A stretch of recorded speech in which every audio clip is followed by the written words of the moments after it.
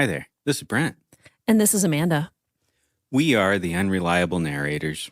Here to talk about the strangeness, the mystery, and the wonder of Gene Wolfe's prose. What is time? What is memory? What is a person? Is this reality? Where are we? Do we exist? Have you ever considered that all your choices are what brought you right here to this very moment? Episode number 43.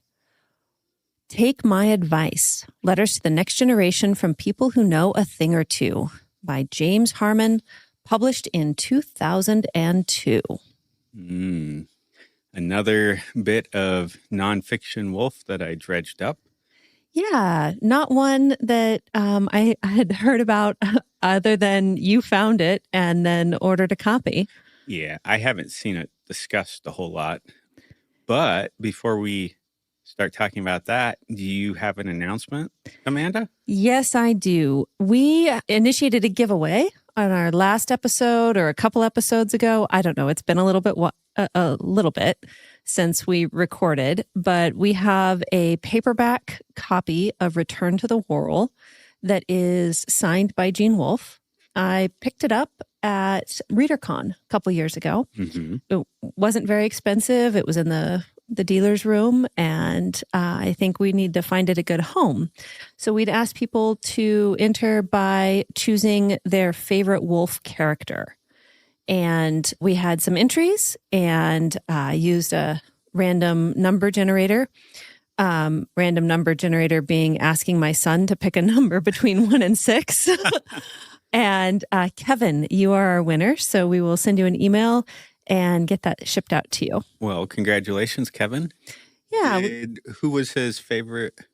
Well, this was really interesting. Not surprising that a Wolfe reader would have an interesting choice for a favorite character and also an essay-length email in response to the question.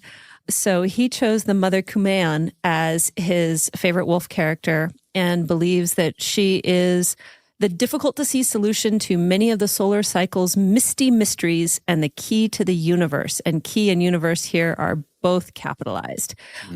His response was very interesting reading. We could probably do a whole episode just on that, but I just encourage Kevin to find a way to share it with the wider Wolfe community because probably would generate some discussion, perhaps on the Gene Wolfe subreddit. Huh. Is he active on the Reddit subreddit or?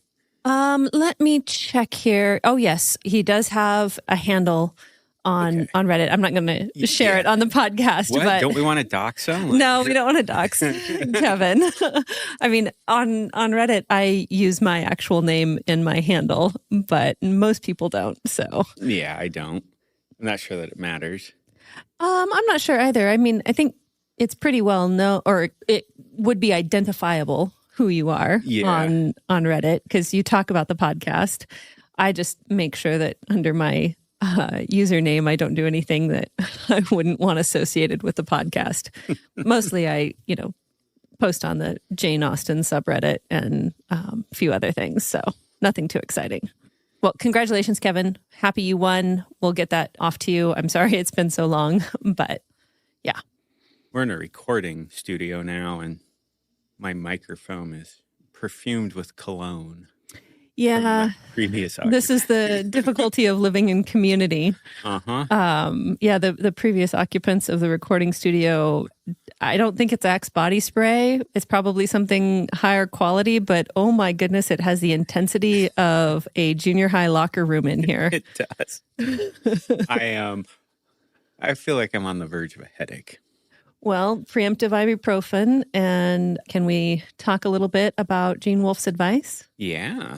So I guess to break the verisimilitude of a perfect podcasting schedule, this is our New Year's episode. Oh, is it? Yes.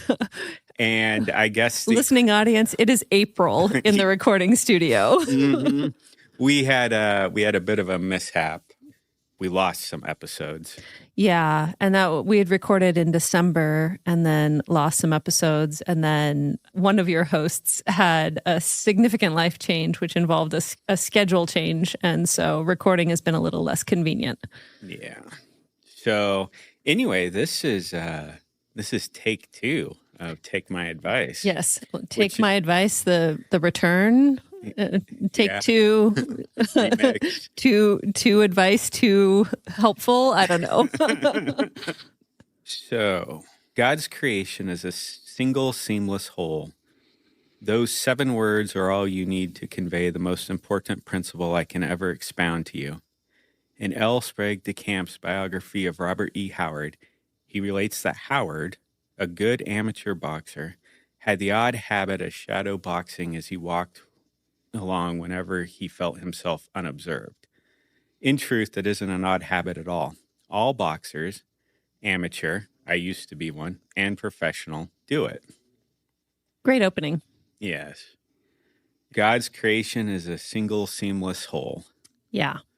I'm thinking, going back to Breakthrough, now that I say that, Breakthrough was recorded months ago, but Right. it just the way that Wolfe was talking about how he composes things where it's like he kind of noodles on it for a little while, and then it's like, well, wait, why did that happen? And then why did that happen? And it leads to other threads, so to speak, when you're writing, and the way that it's just all connected. Well, I mean, I love that line for several reasons. One, of course, that I think there is it's true in a profound sense, but it's also one of the things that I love, or it is the thing I love. It is the root cause of my love of Wolfe's work, that I have felt since first reading him that he is investigating the seamless whole of creation through speculative fiction. So if something were different, whether it were, physical location or time, or if we could imagine this, how does that then connect into everything that is whole and real and true and functioning in the universe? There's just something, it seems like there's something very profound in even his, I'm going to air quotes here, simplest stories. And that sense you have that he, as a writer, as an author, as a person, sees the world that way, comes through in just manifold ways in his writing. And then he opens up an essay on advice to the younger generation with that sentence, which seems to indicate that is saying he thinks that the most important thing you can know is that this is all interconnected. It's not chaos. It's not scattered. It's not incongruent. The congruence is maybe deeper than you're capable of understanding, but the congruence is there. Yeah. And you bring up an important point there. It comes up a bit in discussion with Wolfe, but I'll kind of sidestep here. But Okay. Sometimes people will describe authors as genre bending or blending or however. And so you'll read something and it's like, oh, it's a mashup of a detective story and like a fantasy story or whatever. Right. But the author is so focused on the tropes of both of those that it's almost like a third level where it's like there's reality, there's the tropes of these two genres, and then I as an author have put them together, and it almost gets distracting how aware the narrator is of the tropes. Right. And that's one thing, and particularly I'm thinking of Free Live Free and what's the one with the volcano god? Oh, An Evil Guest. An Evil Guest. Wow, I can't believe that just dropped out. Oh, probably the perfume is messing with your memory now. That's okay.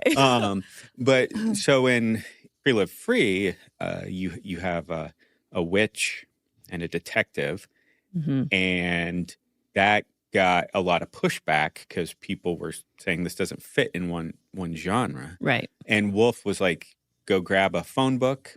I can find you a PI, private detective investigator, and a witch or a psychic in any phone book in the U.S. And then in An Evil Guest, I'm thinking there's a spot where they're flying along, and all of a sudden the clouds break, and the character sees this dragon, bat flying thing, and it's just a second, and then it's gone. Mm-hmm. And it's you get these weird disruptions, Right. and tropes. Like genre fiction's kind of about focusing on certain things, but Right. then Wolfe doesn't really operate on that level, like the way that I see a lot of other authors kind of do that. It does come back to it's the seamless whole where Right. it's like, well, in reality, a witch and a PI will walk by each other Right. On the on streets of sidewalk. a city. Mhm. Yeah. Yeah. And that seems to connect to, well, it doesn't seem to. It does connect. I'm not gonna caveat that too much. Joe Walton and Ada Palmer recently released a collection of their writing on the genre of science fiction and fantasy called Trace Elements. And they spend a lot of time delineating the expectations of speculative fiction readers and the ways that authors operate within what they call the author-reader contract of setting up expectations for certain kinds of things to happen, and also having expectations of their readers that they will know how to read in these particular ways. Mm-hmm. And so one of the things I think that is interesting about Wolfe's writing, and the reason that Wolfe's writing seems to be distinctly transcendent for genre fiction, is that he operates within those kinds of, you use the word tropes. I am tired of, this isn't you, but I'm tired of hearing about tropes because people talk about, like in a lot of online discourse, people talk about this trope versus that trope. And there's so many things where it's like, well, you're either looking for a very specific reading experience, like you like Cheetos, you want Cheetos. Yes, I do mean that somewhat dismissively. Or you've lost the ability to perceive the way that things portrayed in fiction are part of that seamless whole. It's not lover or enemies to lovers is not a trope only. It's also a thing that happens. And so are we operating in some kind of understanding of that? Or are we just trying to set up a certain number of story beats? So I think Walton and Palmer do a good job of pointing out when something is within genre and out of genre, an author that knows the expectations of readers and has expectations of their readers versus an author coming from a different genre that has a different set of expectations. What I think Wolfe does very interestingly is he has that author-reader contract for speculative fiction and profound awareness of expectations of non-genre readers, and then this deeper awareness of the way that life and reality and philosophical or metaphysical concerns are connected to those things. And so you get something like Peace, which is a very literary work, but also has rich elements of the speculative fiction world in it. And you can read it as a speculative fiction novel or as a straight literary novel, and both work in a way that literary fiction authors attempt to do genre fiction typically doesn't. Yeah. I agree with that, and I can't really.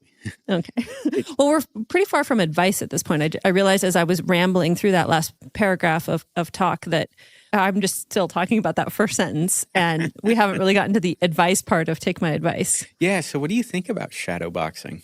I don't know. I do think it's interesting to read it because I know that just biographically, Wolfe did box, and he talks about I think it maybe in correspondence I don't think it really showed up in letters home, but he mentioned somewhere that he didn't write to his mother about bare knuckle boxing because there are things you don't tell your mom. Yeah. So yeah, I don't know. What do you think about shadow boxing? Well, there's a bit because it talks about when you feel you're unobserved, Right. you're willing to reenact or go through the motions where Right. you're kind of thinking about different possibilities. There's an old XKCD comic where the guy's standing in line, and I forget exactly what it is, but it's like, well, if ninjas came in this way, I would grab this. Right. Right. And he's kind of postulating the different ways that he would fight if somebody showed up. But it's a similar thing where you kind of have to, like, if you're not playing through these different scenarios. The way I imagine it is you want to be ahead of your opponent. It's Mm-hmm. like you kind of have to think about, Right. you have to put yourself in their shoes Right. and think how they would think. And when you're preparing yourself for these things, when you're anticipating, Right. it's like it doesn't matter that it's shadow boxing. Right. Like on one hand, you could make the argument, it's like, well, your shadow hitting another shadow on the ground's not going to do anything, but Right. going through the motions, like practicing the forms. Well, and what you said about anticipating your opponent, Wolfe goes on in the next, I think it's the next paragraph, to say that when he's stuck writing a story, he will write the review he wants to get, and that will get him unstuck. That works for him because he's shadow boxing the reviewer, and by anticipating the reviewer's moves, he knows how to set up the story the way he wants to. This method, rehearsal, is the most vital technique I can pass along. Yeah. Banish fears and bring you many victories. I guarantee it. It's a pretty emphatic bit of advice. I guarantee it. Well, yeah. If it doesn't work, you did it wrong. Well, and he does talk about that in other contexts about how trying to give young writers advice. There is actually a very, very clear way to get better at writing. And he found students like at Clarion or wherever very resistant to doing the thing that is the way to get better, which is practice. Yeah.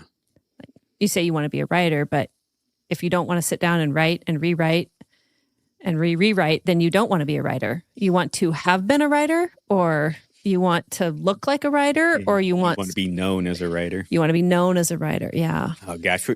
Sorry, the weird face I just made. I was thinking when we were, so Margaret Atwood came through years ago and was giving.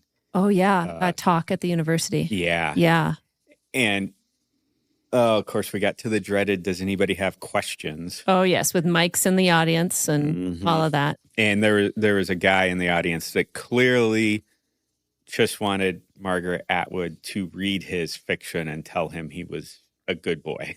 Yes. Oh, yeah. And it was so bad. He wanted to be picked out of the crowd. Yeah. Yeah. And, like, I get it. We all have insecurities. But maybe don't ask them on mic in front of Margaret Atwood. Yeah, but he was asking, how do I get my writing noticed? And she was like, look, these are the ways that you can put your writing out there. But you just have to keep writing. And he wanted her to, I mean, I think in all of us, there is something of that it's a maybe a holdover from childhood when you are, simply by existing, you are the adored center of your mother's universe, your parents' universe, hopefully. And that sense of I have come into being and therefore I am accepted and received, that desire is there. But, the individuation of adulthood is, no, you have to work to become the thing. You're not the thing just by being born.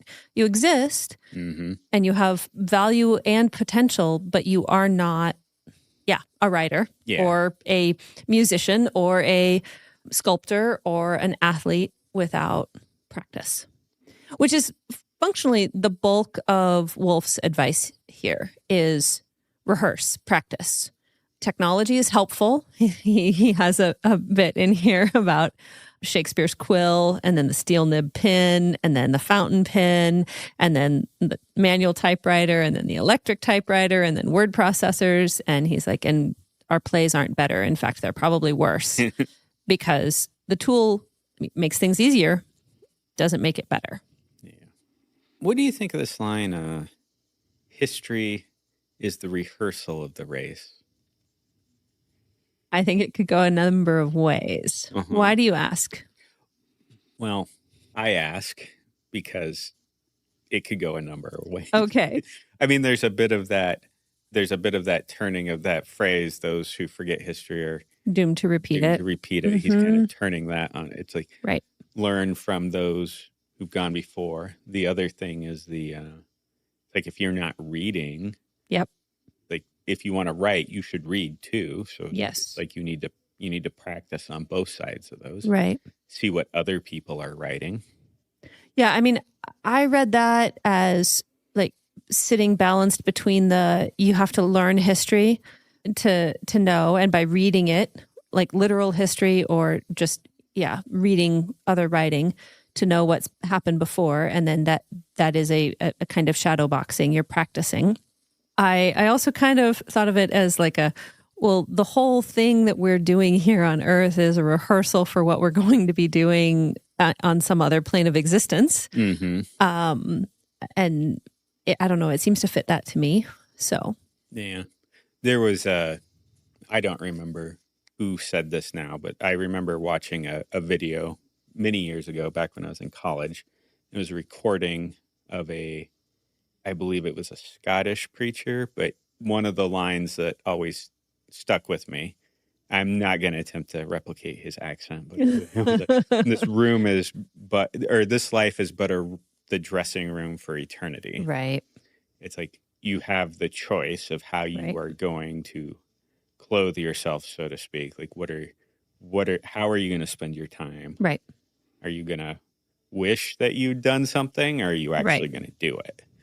Well, and that seems to be, I mean, that connects to Tolkien's Leaf by Niggle. Oh, yeah. Where all of Niggle's efforts, he wasn't super successful in life, but he had rehearsed some things and prepared some things. And then his time in the hospital, which I read as purgatory, he gets to rehearse a lot more. And then, painting single boards and responding to the strictures of a schedule and a bell, and then he's ready to go out there and actually tend a real tree and dig a garden with Parrish. And so, yeah. There's this line here at the end of the third paragraph. Or perhaps the people of Greece in that age, living so near the edge, fending off empires on nerve and a handful of olives, looked harder. I know. That's such a great line. Yeah. Nerves and a handful of olives. And if you've read any Greek history, that pretty much checks out. Yeah, so far we have it's a seamless whole. Yes. We have shadow boxing. We have imagine the type of review that you want, like the impact that you want to have on readers. Right. And I think that's much more widely applicable than just writers to, advice for writers. Like imagine, it could go all the way up to imagine your obituary. Well. Or your, the eulogy at your funeral. Mm-hmm. I knew somebody who obsessively read obituaries. Really? Yeah, the way that some people open to the comics. They open to the obituaries? They open to the obituaries. Oh, wow. The only people I know that turned to the obituaries were like my elderly great-grandparents who were looking for people they knew. Yeah, no, this was more just a bit of dark humor, I suppose, of seeing how somebody's life could be summarized in a couple of paragraphs. Yeah. Yeah. All the while doing nothing of note themselves. So. Right. Yeah. Obviously, that rehearsal needs to go on to practice. You can't just write the reviews of the books you wish you'd written. You have to, that has to be a part of the discipline of actually writing the thing. Yeah. And then we've got Shakespeare writing with a feather and that paragraph. I really like, and this is getting toward the end, this isn't a long piece, but before I leave you, I'd like to recommend 3 particular rehearsals for your careful consideration. David, son of Jesse, and Miyamoto Musashi actually were sword-swinging adventurers of the kind Robert E. Howard wrote about, and both left behind them books of their own, books for which we would pay fortunes if we did not already possess them. Yeah, so David, son of Jesse, this is the Psalms. Right. And if you haven't read of some of David's exploits in the Old Testament, right, it's a fairly wild story. Yes. There's he was that's profound understatement. It is. Yes. It is. And there's just certain things in there that for years, one of my friends from college, we'd often joke. So there's a story where David and his men are fighting, and he makes a comment about, oh, if only I could have some water from this well. Oh, yep. And The well in Bethlehem. Yeah, and his Yep. men break through the line and they go get him. Yep. They go get him water from the well. And then of course he pours it out when they bring it Right. But we would often joke, like anytime some trivial task would come up, we had a roommate that wouldn't clean the bathroom, for example. But we'd be like, if only for a mighty man of God to, and like so to go get the water from the well. Yeah. But there's a number of. I would encourage you to go back and read it. Most people probably just remember Sunday school stories. Right. And Sunday school leaves out all of the really exciting parts. Yeah. And then the other one is the Book of the Five Rings. Yes. And that's so he was a great sword fighter. Yes. And he wrote about tactics. Yeah. And so he would do things where he would observe the opponent, and it was as much a psychological battle. I read it years ago, also back in college. Mm-hmm. So my memory is a little rusty on this, but there's one where he knew one of his opponents that he was going to be fighting was a very short-tempered and acted more on impulse. And that's the type of man he was. And so he purposefully showed up to the sword duel late. Right. And the guy was... Then he proceeded to make mistakes. Right, because he's angry and impatient. Yeah. Yeah. So his whole thing was you need to observe and know who your opponent is. Right. I haven't read the Book of Five Rings. I read about it in researching for this, and it sounds very interesting. I really love the way that Wolfe frames it, though. Like, here are two remarkable people who lived remarkable lives, and they left us advice, and David basically gives you his inner life, his emotional life, and his spiritual life in the Psalms. And you hear about, in the Book of Kings, you hear about the things that he did in order to generate this rich poetry in the Psalms.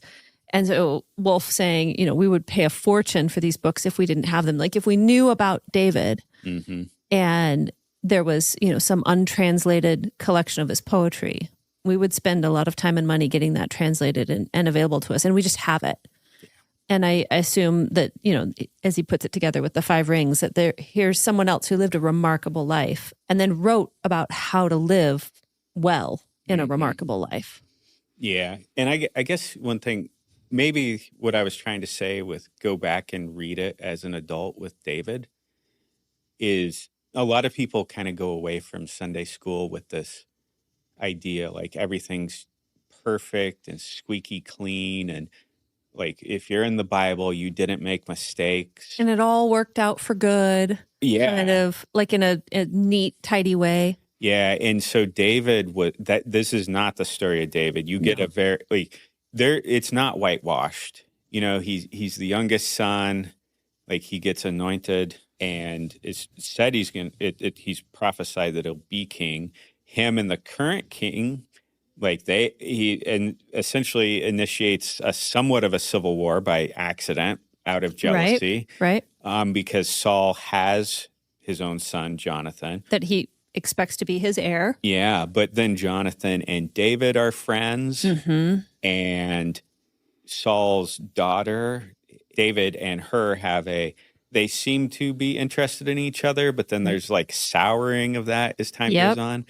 David kills one of his loyal men to cover up the fact that he had an affair with a married woman. Yeah.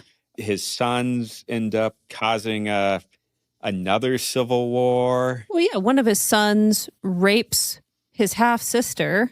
Right? Tamar. And then won't marry her. And if you're just remembering like the flannel graph of yay, King David, he killed Goliath, woohoo, this is great. And you miss the part where he has to act mad to escape capture and grovels and drools and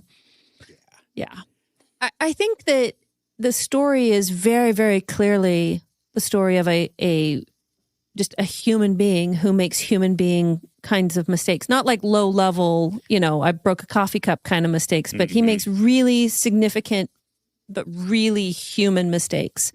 And I kind of actually, no shade, I know they were all volunteers and had lives themselves and whatever, but my Sunday school teachers and also like preachers in sermons, basically excusing terrible things by finding some convoluted way to explain it as God's will, or, well, David was a man after God's own heart, so this must have been okay in some way, or the sanitizing version where you just leave out the damage and the trauma and the errors, the sins, because they're ugly. And then you can't read the Psalms and really understand how, this is coming out of complex experiences where there's no way out. There's no good solution here. Look, I did the worst possible thing that I could do and people died because of it. What a selfish bastard I am. I deserve your judgment, God, but please don't kill me. Like I think we all need a little bit more of that in our lives. Yeah. And then, so you said 3 examples. So Book of Five Rings, David's Psalms, and then he also talks about Wild Bill Hickok. Yeah. James Butler Hickok, better known as Wild Bill, left us no book, but he did leave us his advice. Yeah, and then he goes on to describe Hickok getting into he's very famous for getting into gunfights, and how he provided us with that whole model of the high noon gunfight that we all know and love from movies. Yeah, so he says, how good was he really? He was murdered by a drifter named Jack McCall, shot in the back of the head while he was playing cards. When his dead body hit the floor, he had both guns out and one cocked. So how good was he really? He got shot in the back of the head, and yet his shadow boxing meant that he was ready to fight. And as he was dying, he pulled his guns. Yeah. And even got one cocked. Yeah. Now, there's a lot of mythology built up around Wild Bill Hickok. Yes. American history is not my subject. Right. But I don't exactly know how true this is. Right. But this may be the case of well, it's as true of a myth as it could possibly be. If it's not factual, there's still like you're saying something true about someone who has lived and trained and become something fully. Exactly. And there's part of me that is inclined to believe there's some truth in here, because if you're a gunfighter, if you're a sheriff, a tracker, there's like some situational awareness there that even when you're playing cards, like you hear a gun getting ready to be fired, you're probably starting to react. Yeah. No, and I think that what's interesting to me is how that's true of everything. Like whatever it is you're attuned to, you will be attuned to something. You will be sensitive to certain kinds of stimulus. You have training in something, habitual movements, muscle memory of a number of kinds. You're going to have habits. What are they going to be? And I don't know that Wolfe is encouraging us all to become gunfighters, but to recognize that level of commitment to something, that kind of training to something is what will make you great at it. Like, if you want to be really good at doing something, you got to shadow box whenever you're unobserved, or you've just got to be practicing. Yeah.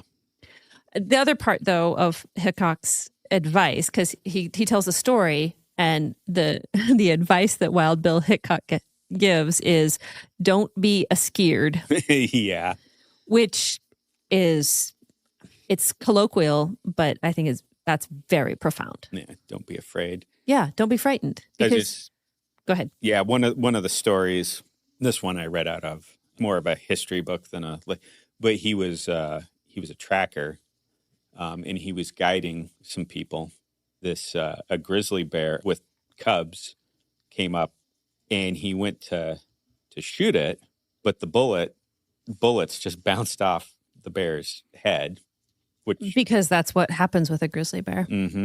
And so he ended up having to draw his knife. Now, this is a Bowie knife. So Yes, this is not a pocket knife. Yeah, so think more like short sword here. But yes, he ended up having to cut the bear's throat as it's like mauling him. Yeah. And so he killed the bear, and he was pretty beat up, but he ended up living. Right. One of the other things, too, is even though he was a gunfighter, I guess his eyesight was actually pretty bad. Right. So, Well, okay, so I have I probably don't need to share this anecdote, but I'm going to anyway. okay. When I was 12 years old, I think Brent knows what I'm going to share. When I was 12 years old, I got a 357 Magnum in my Christmas stocking because I'm from Idaho. And this is how we do things here, I guess.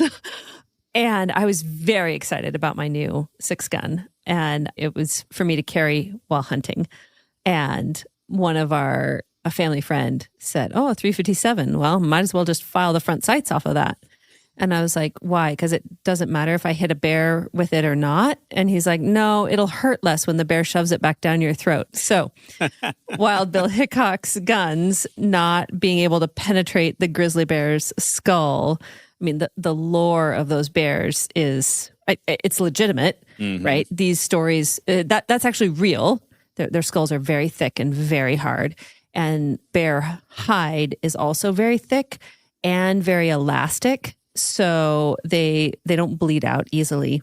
I mean, they can take quite a bit of internal damage before they go down, and they're very, very strong. So, anyway, I don't know why I needed to share that anecdote. It's the colorful story. Well, yes. Well, I never had to confront a bear in the forest. I was in the forest a lot. There were bears. None of them ever came after me. Thank God. Yeah, part of it's a real concern. And I Yes. don't think people realize how dangerous. Like bears are something you go to the zoo or they're safely in Right. national parks for the most part. Right. Like we forget there used to be grizzlies on the plain. Yeah. Like there's a reason why there's a bear on the flag of California. Yes. Because, well, it was supposed to be a pair, but somebody misheard bear. But bears were, like the California grizzly was a thing. Yes. And this was a normal thing for early Frontiersmen to face. Yeah. So I think we forget how dangerous these creatures are. And so it's, Yes. I know we forget because we see pictures more than we see them. And the stories that we hear are all very, very old. And so they have sort of that myth patina to them and the distance of it. Yeah. And I mean, a lot of that is very tragic in a way because the bear population has decreased so significantly. If you read David Quammen's Monsters of God, excellent book. David Quammen is a science writer, and he's from Montana.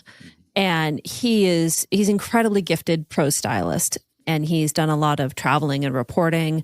He's also a professor, very knowledgeable, but writing about the ways that the growth of human civilization have pushed back the habitats for these large predators. It's very heartbreaking, I think, to see just how restricted and constrained those territories are. Now, we're fortunate here in Idaho to have a large amount of wild space.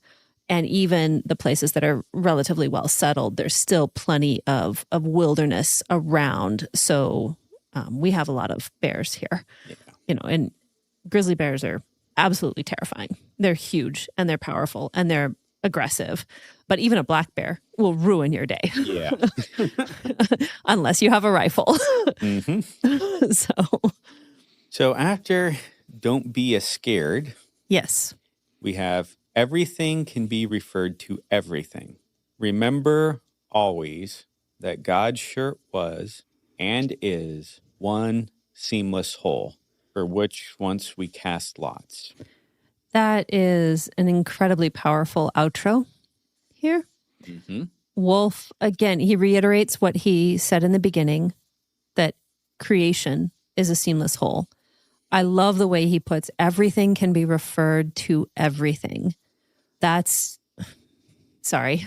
I just think that's to see the world that way. If you can see that, even if you can just catch a glimpse of that sense of wholeness, I think this is what I think this is why people use psychedelics, because that's sort of there's a mythographer that I follow who talks about it. And he says that he thinks that psychedelic experiences are authentic experiences because they are part of what they see is what people see when they go through really serious initiation rites, where you like fast for 4 days and meditate in the wilderness. And the kinds of insights that people on psychedelics have are very, very similar to the kinds of insights that people have after long periods of fasting.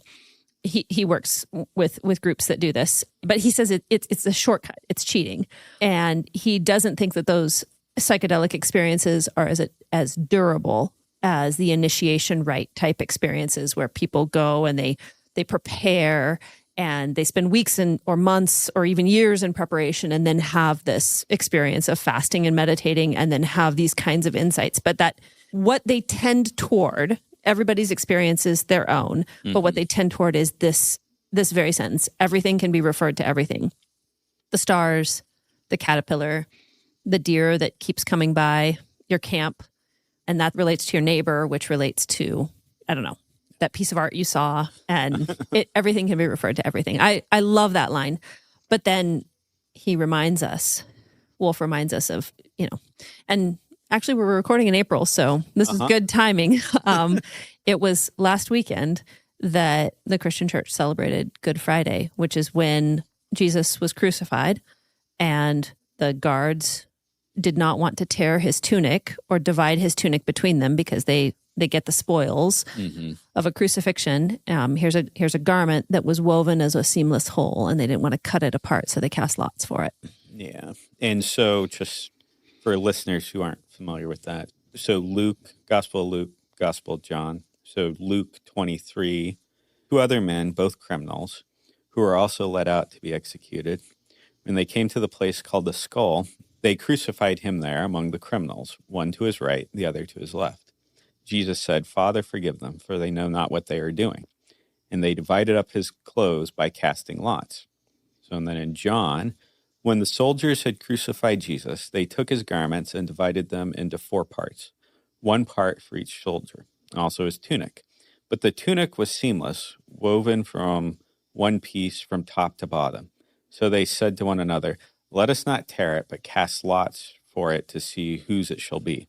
This was to fulfill the scripture which says, "They divided my garments among them, and for my clothing they cast lots." So the soldiers did these things.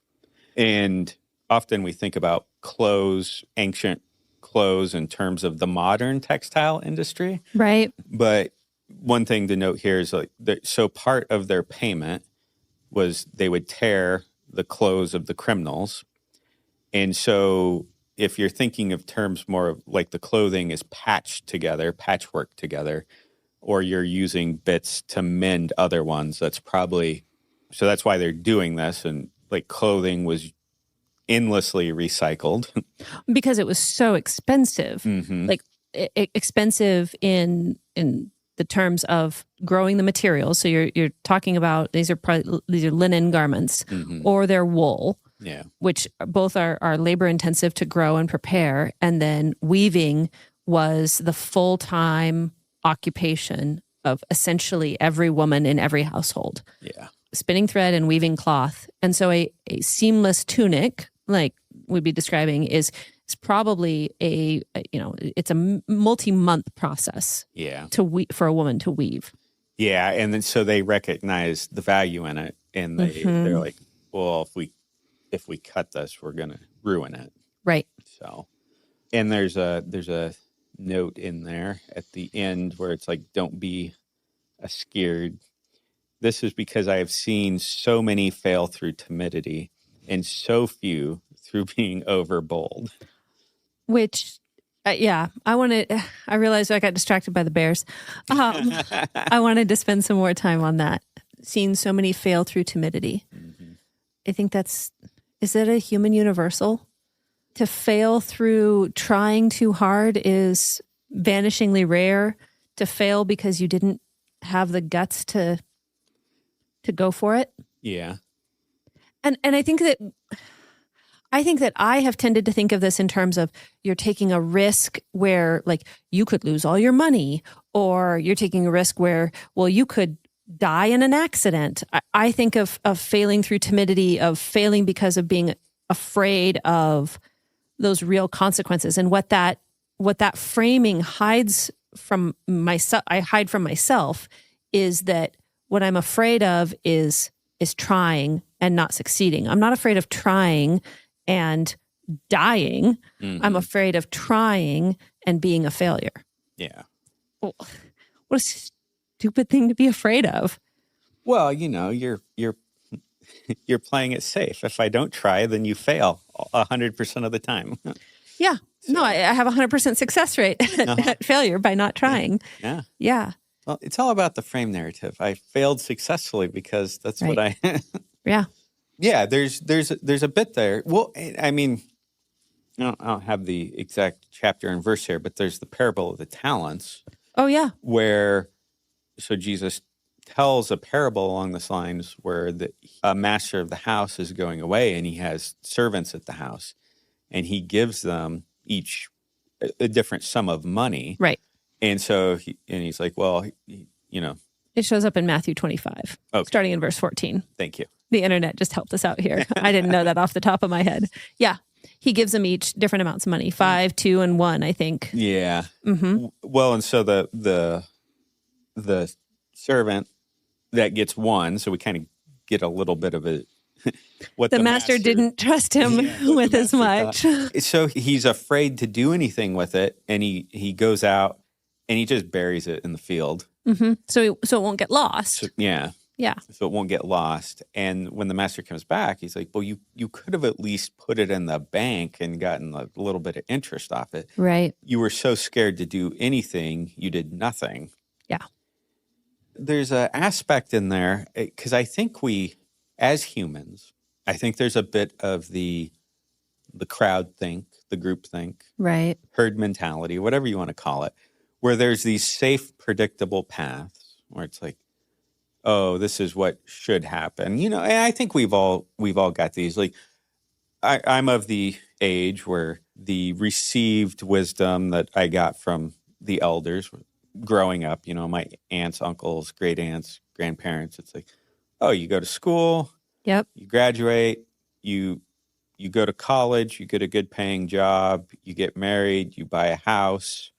I think that's what happened for a lot of people of that generation. Yeah. Like, not everyone went to college, but if you went to college, you had it set. Like, that's right. That was you had it made. Yeah, you have it made if you go to college. You have it made if you get a state job. Well, that's not really the way things are anymore. And like, I feel like sometimes it's easy to fall into the pattern. Mm-hmm. And it's like, well, okay, if you're wanting to write something that is meaningful for people or that they enjoy, or, let's just be crude here and be like, if you're wanting to win some sort of award, okay, and get recognition, you're not going to get it by just copying the same thing. This has been done. This is the path kind of thing. Yeah. Like Robert E. Howard is known for Conan because at the time Conan was... It was different. It was different. Dramatically so. And it was exciting. But if you're just going to do the 1000th Conan compatible, like, kind of ripoff where it's like, oh, man with a sword goes and does this thing. You can take a man with a sword and write 1,000 different stories, none of them the same. But if you're just falling into the trap because you're timid, like, oh, well, my readers are expecting the hero to kill the dragon.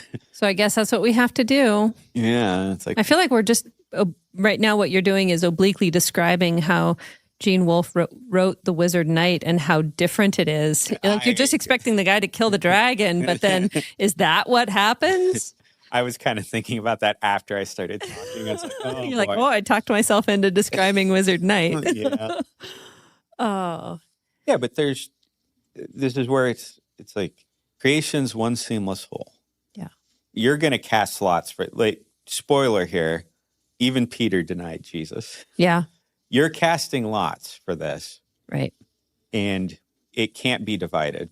Now, this isn't to say it can't be multiplied, but it can't be divided. Yeah. And you got to go all in on, if it's what you want, right? You got to work for it. You got to roll the bones to. And there's no implied promise here.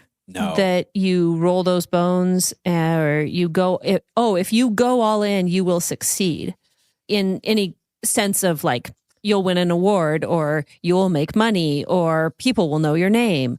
You go all in, you will succeed in having lived a life. Yeah. You could go all in on writing and you're probably not going to be the next Gene Wolfe. No. But you could live a life and be a whole person. Yeah. Well, and you think about Robert E. Howard here, he didn't really have a lot of recognition in his day. It was after. No.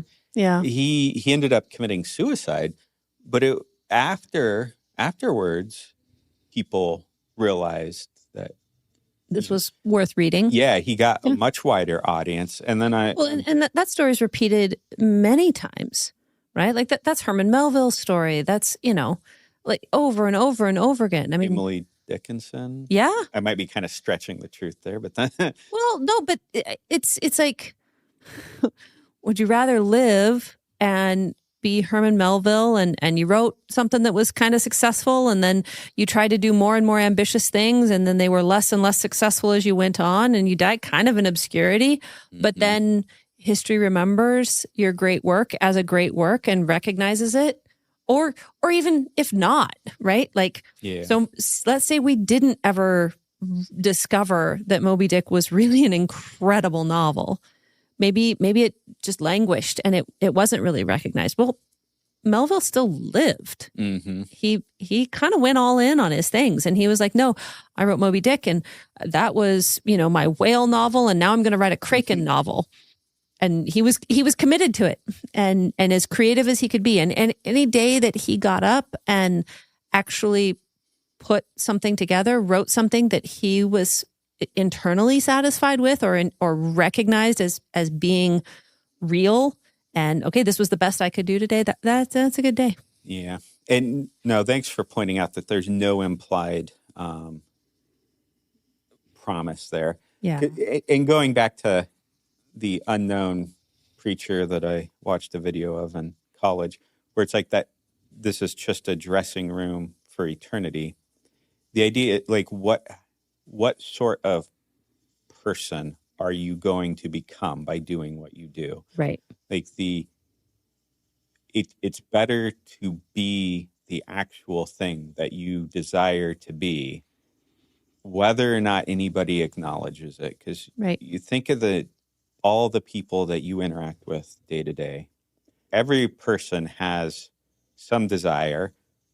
There's a good portion of them that are probably at least proficient, if not good at what they want to do, but you're ignorant of that, either because you don't know them, you have no relationship with them, you lack the artistic eye to understand what they're doing. You can't appreciate it. Yeah, you don't have the perception. Yeah, or you're so busy doing your own thing that you can't see the wonder in the world around you and see how it's all connected.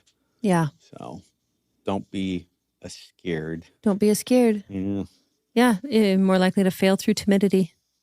I mean, I wish that wasn't so true of me, but here I am. And what am I going to do? Like, lament that I was timid for the first 45 years of my life? Or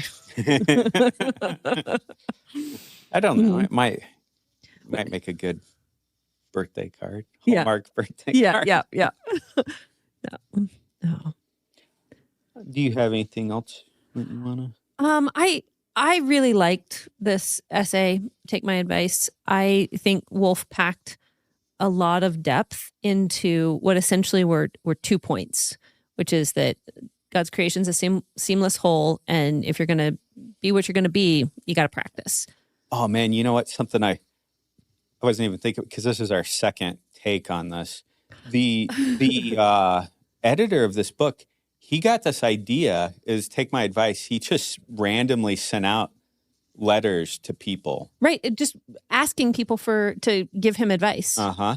Yeah. And then he got so overwhelmed with the number of responses that he got back that it was several years before he actually was able to publish this book, because the number of responses and then editing those into Trying to put it into a coherent whole. it kind of was overwhelming. Yeah, it's a really interesting collection. I mean, he has Roger Scruton, the philosopher, responded to him. So did Martha Nussbaum. Yeah. Gene Wolfe is a big name to us, but Alain de Botton, Larry Niven responded, Mary Gateskill, Howard Zinn. I mean, Dr. Laura Schlesinger was one of his respondents. He wrote to a lot of philosophers. Camille Paglia. Oh, she's in there? She's in here. Okay. Quite a few. And it was, I think, kind of just like an idea he had, and then it worked far better than he would have thought. Yeah. So. And because in the introduction, he talks about how there's a lot that had good responses. He got a material, but he couldn't include it all. Right.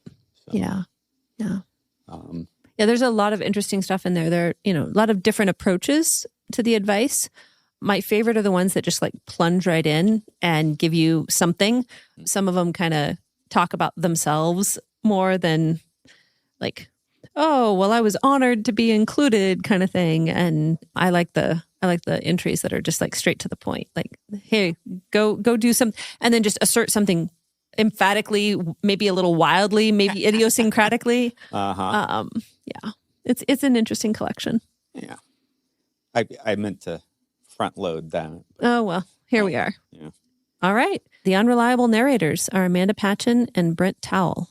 And as Gene Wolfe said, we don't always have to be this. There can be something else. We can stop doing the thing that we're doing. We can do something else if we don't like what we're getting.